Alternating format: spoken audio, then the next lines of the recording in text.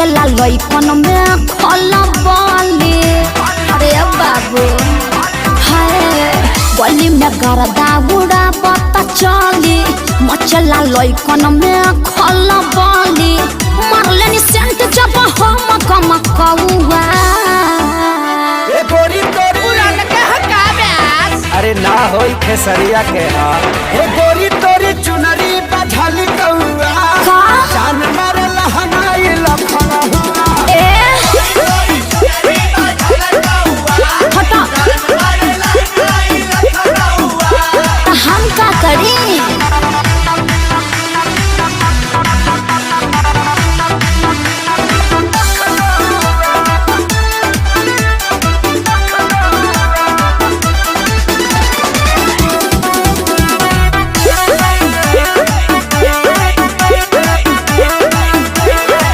कातिल जवानी फरहबी अदाबा एही पाया बाबू दुनिया फिदा बा।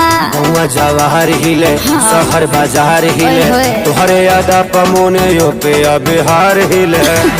साचो अरे हाँ हो विद्या कसम कातिल जवानी फरहबी अदाबा लगता कि पी के आई ना बड़ा जैसी पौवा।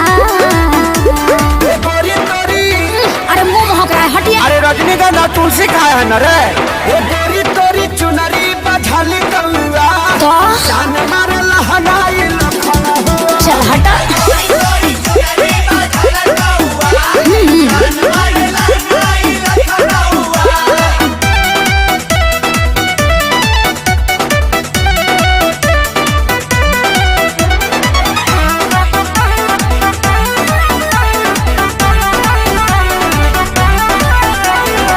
झुमका पर झारखंड बापा गलाइल पूर्वांचल के दिल नथिया पर आयल। तोहरा पर पड़ल बा नजर रंगा बाज के का?